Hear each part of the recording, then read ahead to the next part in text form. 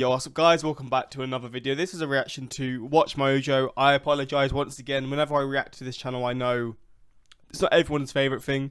I did try and find this type of video just in general, and this was the only one that I saw. And I guess it's a review of all the biggest news stories of the year. Things that maybe I've missed out. I assume I know all of these things that have happened, but I guess it's just a recap on like all the craziness that has happened this year, because it seems like there's been a lot. I mean, the year has I said this every year. When the year ends, it always feels like it's just gone so quickly. But at the same time, there's been some crazy things happening. Like, obviously, you had the COVID year when... Was that 2020? Yeah, it was 2020, wasn't... Was it 2020? I think it was. Yeah, it was. It started late 2019 and then it went through all of 2020. And that was a mad year. And it just seems like all the years are getting all crazy. And now we're still sort of in the COVID years. It's not as... it's not affecting our daily lives as much. I mean, for the majority of us, obviously for many people it still is, and it's still there. But now there's all this other craziness going on, like the stuff that happened in Ukraine and is still going on in Ukraine. You got Elon Musk. I guess this is Elon Musk buying Twitter, which I don't know how this would be in the list, but it is obviously big news. But yeah, we're going to see other things on this list. It's probably not all the biggest things. It's probably selective things for this channel to talk about, but yeah, we're going to jump into this. Hopefully going to enjoy. Links are in the description to my Patreon. I've just reacted to the Big Bang Theory for the first time. I actually kind of enjoyed it. I didn't think I would like those kinds of shows, but it was a lot better than I actually imagined it would be. I've also reacted to Seinfeld. Not as good as the Big Bang Theory. It was still like something new to react to, and I did enjoy it still. But yeah, and other reactions to shows that are on Patreon as well. People can suggest me things to watch on the Patreon too, so in the future there's going to be many more reactions. Plus I will continue to react to things that I enjoy. And yeah, links are all in the description for that. But let's jump into this and see some of the biggest news stories of the year. Just 4 words, the bird is freed. Welcome to Watch Mojo. Isn't today Twitter... we're counting down Twitter's like in the mud now, no? and our picks for the top 10 breaking news stories of 2022. You know that there are kids, right? For this list, we're looking at the most impactful news items from the year. These events were the most significant, culture-shifting, and/or shocking moments from 2020. Bro, what's happening in Iran is horrible, man. It's absolutely horrible. And the World Cup really shined a light on it, because the Iran team were like protesting against it. I didn't know what was going on before that. Now I've seen. And what they're putting one of the footballers up for... One of the footballers from... No, I don't think he's from the Iran team, but he's an Iranian footballer at a pretty high level, is being executed for standing up for basic rights. The country, man, I feel bad for the people because the government there is an absolute joke. Me too. Did we forget a famous news story from this past year? Let us know in the comments below. Number 10. Elon Musk acquires Twitter. Polarizing business person. I just think this is a bit of fun for him, because at the end of the day, if Twitter fails, it doesn't actually affect him that much, does it? I mean, it's a lot of money, but actually, was it 340 billion? That is a lot of money, but for Elon Musk, it's nothing. And he just seems like he's having fun with it. Everything he decides is decided by polls. He recently done a poll where he was asking if people want him to be the CEO still, and it was against him. Like, they voted against him being the CEO. So I wonder if he'll actually go and abide by the polls, because he has for everything else. God, he's just a meme, isn't he? Elon Musk heads companies as varied as Tesla and SpaceX. In 2022, he expressed interest in purchasing Twitter. Barely avoiding a lawsuit when he threatened to change course, he eventually acquired the company, completing the reported $44 billion deal on the eve of a court-appointed deadline to finish his on-again, off-again bid to purchase the company. He fired thousands of employees, including those that criticized him, and began charging a subscription fee for blue checkmarks, which is mental, because there's now check marks for accounts anyway. So even if you have a check mark, you're just paying for nothing. It doesn't make sense why you would pay for that previously sort of thing. Indicated a verified account. In response, fake parody accounts with blue check marks flooded the site, forcing Musk to delay the service. Everything related to the last 6 months has been, pretty sad. His critics argue that the billionaire is opening the door to misinformation and hate speech, while his supporters claim that he'll bring a new era of free speech to the site. I think it's the greatest thing since sliced bread. Really? Yeah, huge fan of him. I Fucking think he'll do hell. great things. It's long overdue. Not only did the purchase Respect sliced bread now, come on. I paused a lot at the start, I'm sorry. alter Twitter's reputation, it drastically changed the trajectory of the social media platform. Number 9. UK Prime Minister God. shakeup. In the years following Brexit, the United Kingdom has grappled with a multitude of changes. This includes a revolving door of prime ministers, which continued with Boris Johnson and Liz Truss in 2022. Johnson would spend the bulk of his term dealing with the pandemic. After his administration was caught having parties that violated health regulations, he resigned.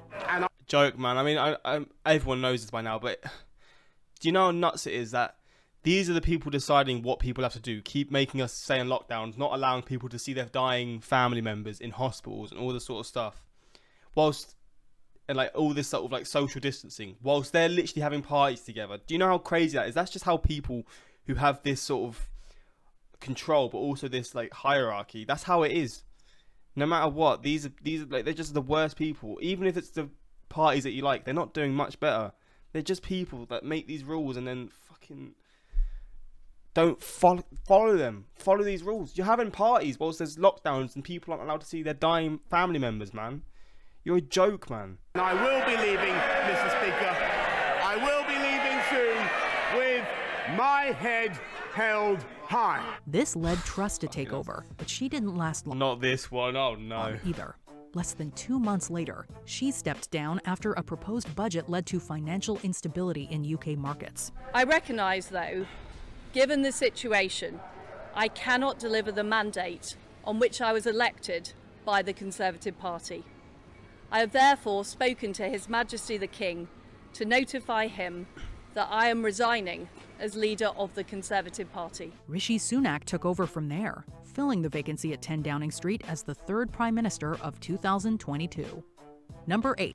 I don't really know what's happened since he's joined. He seems a lot more quiet. I mean, I don't follow news like that, but there's not really been as much. I mean, the economy's, I don't know, the GDP or like the value of the pound has gone up since. I don't know if that was going to happen anyway because it went so low, but it's rebounded quite well since he's came back, so I guess he's doing something right. I don't know, though. I don't follow what he's been doing.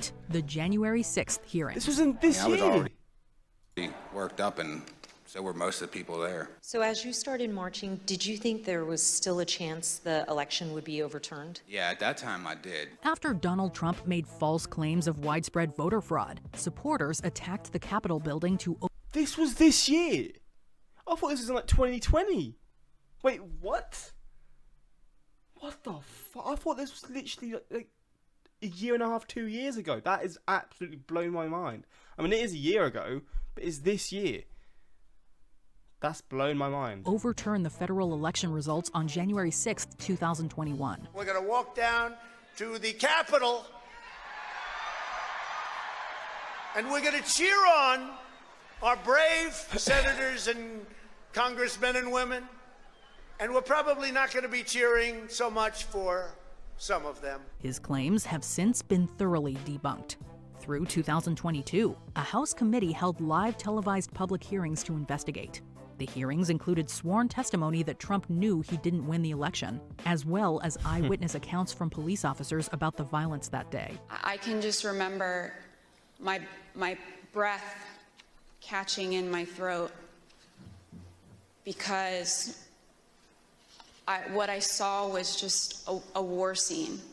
It was something like I had seen out of the movies. Just as notable is the number of people who haven't testified, including Trump and his allies.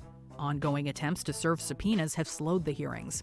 Trump made headlines again when the FBI searched his Mar-a-Lago residence to retrieve hundreds of classified documents, which they allege had been concealed to block investigation. Oh, wow. Number 7, Johnny Depp and Amber Heard trial. Oh, After no, not actors this. Johnny Depp and I don't even know. My girlfriend was obsessed with this. I didn't really care for it, but didn't this all turn out to be like... I mean, it was all crazy anyway. Like, everyone was siding with Johnny Depp, and now everyone after it, then Amber was like seen to be more in the right. I don't know. It's hard to say who's in the right because it's just a whole fucked up situation, but I mean, they'll probably explain it here, to be honest. Amber Heard divorced. She published an op-ed in 2018 describing herself as a victim of domestic violence. Depp was dropped from a number of projects, and his career seemed over. After the op-ed, it was impossible to get him a studio film. However, he alleged that Heard had been the abusive one in their relationship and took legal action. He lost a libel suit in the UK, but sued Heard for defamation in the US, leading Heard to countersue. What did Miss Heard say about the defecation in Mr. Depp's bed? The dog? A horrible practical joke gone wrong. Both performers took the stand in 2022, rehashing intimate moments from their marriage and bringing out a long list of witnesses. Yes, I'm not going to say no because she was really always nice. Social media ate up the juicy details, with coverage skeptical of Heard's testimony in particular. This was a case all about words. Amber Heard's right to say she was a victim of domestic violence, an accusation that Johnny Depp says was simply a lie. He was the victim here, and the jury and much of the watching public has, after hearing it all, believed him. Ultimately, the jury... I do find it mental how this sort of thing was televised live for people to just watch. I mean, it's just, yeah, the world we're in now. Ruled that Heard had defamed Depp, and he was awarded compensatory and punitive damages. Number 6, Shinzo Abe assassinated. The former... I remember hearing this. I didn't really look into it. It was Japan. I don't know what he was, but I do remember hearing this was everywhere. I didn't really look into it. So this will be like me actually really looking into this for the first time. Japanese Prime Minister Shinzo Abe has died. Wait, the Prime Minister? He was the Prime Minister at the time? Abe assassinated. The former Japanese Prime Minister Shinzo Abe has died. The world was shocked on July 8th to learn that former Prime Minister of Japan Shinzo Abe had been killed, fatally shot by Tetsuya Yamagami with a homemade gun. Investigators seized multiple weapons in a raid on his home. Several Japanese media outlets reporting he said he planned to make explosives for the attack, but switched to a homemade gun instead. Given the strict Japanese laws against firearms, the event was particularly unprecedented in the nation's recent history. Yamagami blamed Abe for his mother's bankruptcy. In Yamagami's youth, his mother had donated all her money and property to the Unification Church. Later, his older brother, struggling to afford medical treatment for cancer, took his own life. Critics have described the church as a, quote, dangerous cult. It has close ties to Abe's political party. Since that story has sort of come out, we've just had this sort of huge revelations about just how close the Unification Church's ties to the ruling Liberal Democratic Party here in Japan are, and how deep and how far back they go. They go back decades. While Yamagami's motive provoked further questions, the unexpected violence also brought out a larger conversation about the country's social and political future. Number 5, Robb Elementary. On May 24th, 21 people, including 19 students, were killed at Robb Elementary in Uvalde, Texas. Early reports showed that the local police department didn't initially confront the shooter. I didn't even know about this one. Wait, what the fuck? When was this in the year? Oh god, I hate these stories so much. See, there's so many of them. I probably did see it, but I just don't remember which one it was. Oh my days, man. One of the students from the next door classroom would say, "Officer, we're in here. We're in here." But they had already left. Later investigations revealed their inaction in real time, as body cam and security footage substantiated these claims. Grief-stricken parents and family members even attempted to enter the building, while officers kept them outside. And when I looked at that video and I saw the officers who were standing in that hallway doing nothing except standing back, I was very, very disappointed. Along with criticizing the lackluster response, many people confronted lawmakers about the policies that allowed for the perpetrator to purchase a semi-automatic rifle in the first place. There are still so many questions. There's still this utter disbelief in the air that something like this would be happening. The tragedy deeply affected the Uvalde community and brought out a renewed conversation about gun laws and violence in America. My heart was broken today. Another community pleading for prayers, for more lives, cut tragically short. Mate, there was so many shootings this year in the US. There was so many. There was the one that was the racist person that was like, he like had the camera. I'd never watched the footage, but he had like there was the footage all over the internet. There was this one. There was probably many other ones like this. There was wasn't there one recently at a club? There was one recently at, fuck me, they so often. It's like, I can't understand it. It blows my mind how many shootings there are. Like, it's actually just wild. Number 4, Massa Amini protests. In September, this- the death of 22-year-old Okay, in Iranian Iran. woman Mahsa Amini ignited the biggest protests in Iran in over a decade. Iran's religious morality police had arrested her for allegedly not wearing her hijab properly. Eyewitnesses report that she was beaten to death, and leaked medical scans support this. In response, thousands have taken to the streets in protest, with many women removing their hijabs in defiance. But extraordinary acts of defiance are now taking place against a regime that's controlled what half the population wears and how they all behave for so long. The Iranian authorities have blamed Amini's death on a sudden heart attack and cracked down violently on protesters. Iranian authorities denying accusations that Amini suffered blows to the head during her arrest, saying it was a heart ailment that killed her. But her family disputes that claim, as do the thousands of Iranian women taking to the streets. Thousands have been detained and several hundred killed. He's in London. With the changing cultural and political norms in the country, these demonstrations are changing the course of Iranian history. They've been accused by Iran's clerics of being dreamers, for believing in change. But there's determination here to prove them wrong. Number 3. I don't think it was in London, I know what I'm saying, but that's a crazy story, man.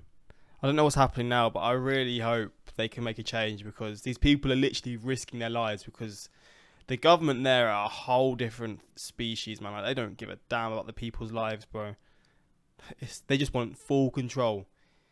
It's actually so sad how like certain people around the world, certain countries just have no rights at all. It's ridiculous, absolutely ridiculous. Change. But there's determination here to prove them wrong. Number 3, Roe v. Wade overturned. A summer not U.S. this one. Supreme Court When was this in session the brought year? the landmark 1973 case Roe v. Wade back into the news. In June 2022, the court overruled federal protections for abortion rights. So this is, in fact, a landmark ruling here. This is overturning nearly 50 years of precedent that was first established in Roe v. This blew my mind. And with this one, can't people just go to another state and just get an abortion, and then, like, if they don't live in that state, but they can go to another state, and it's not breaking the law or whatever? And what would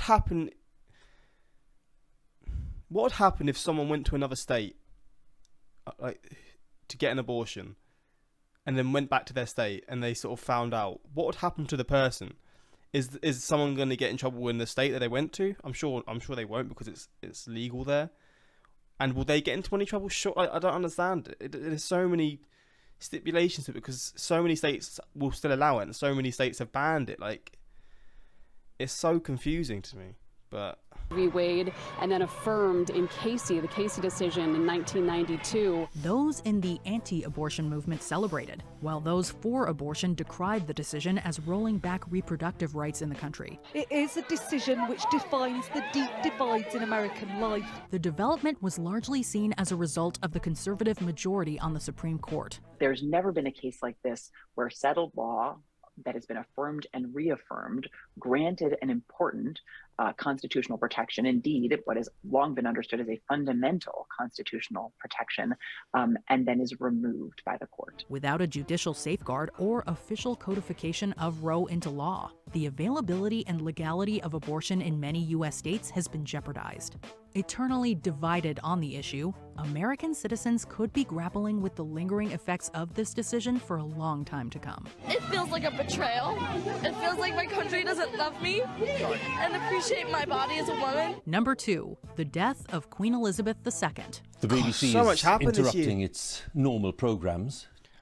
And when this happened, oh my god, I was having the worst day of my life. I was in Turkey trying to get back home, and we'd just found out our flight was cancelled, and we had to stay in Turkey for another 3 days. Yeah, it was not having a good time.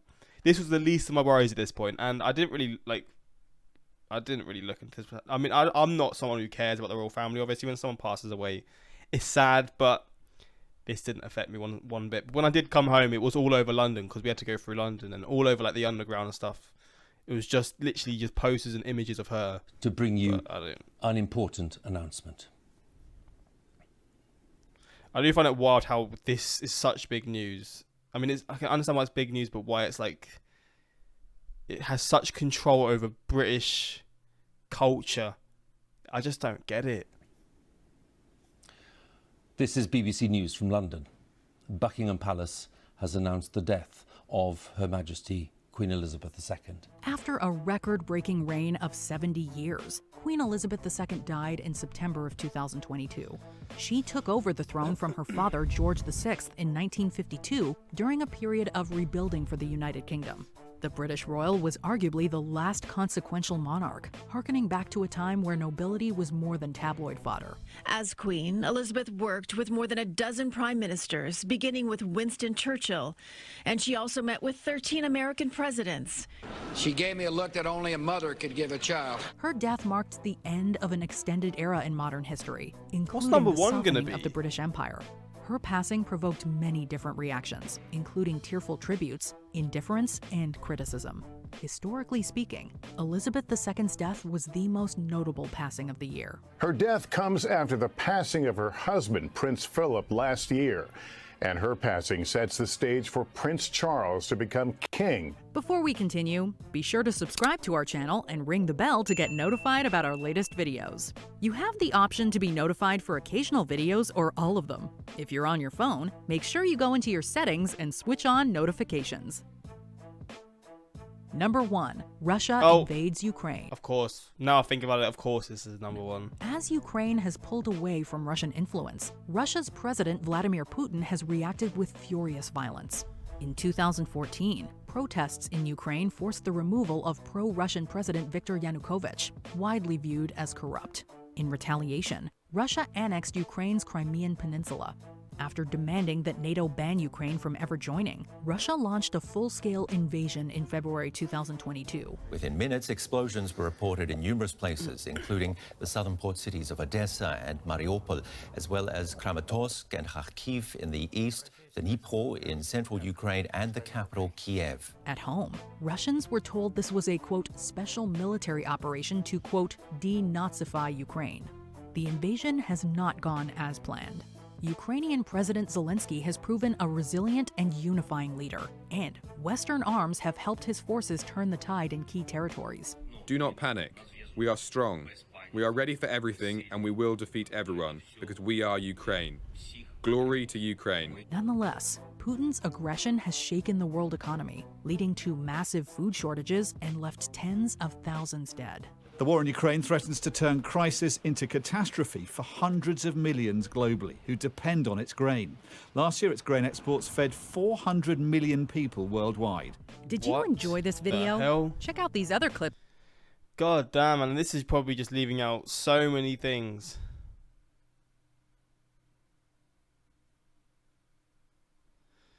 But yeah, the more you know. Hopefully you enjoyed this reaction, and hopefully 2023 doesn't have as many of these bad stories, these breaking news stories. But yeah, until next time.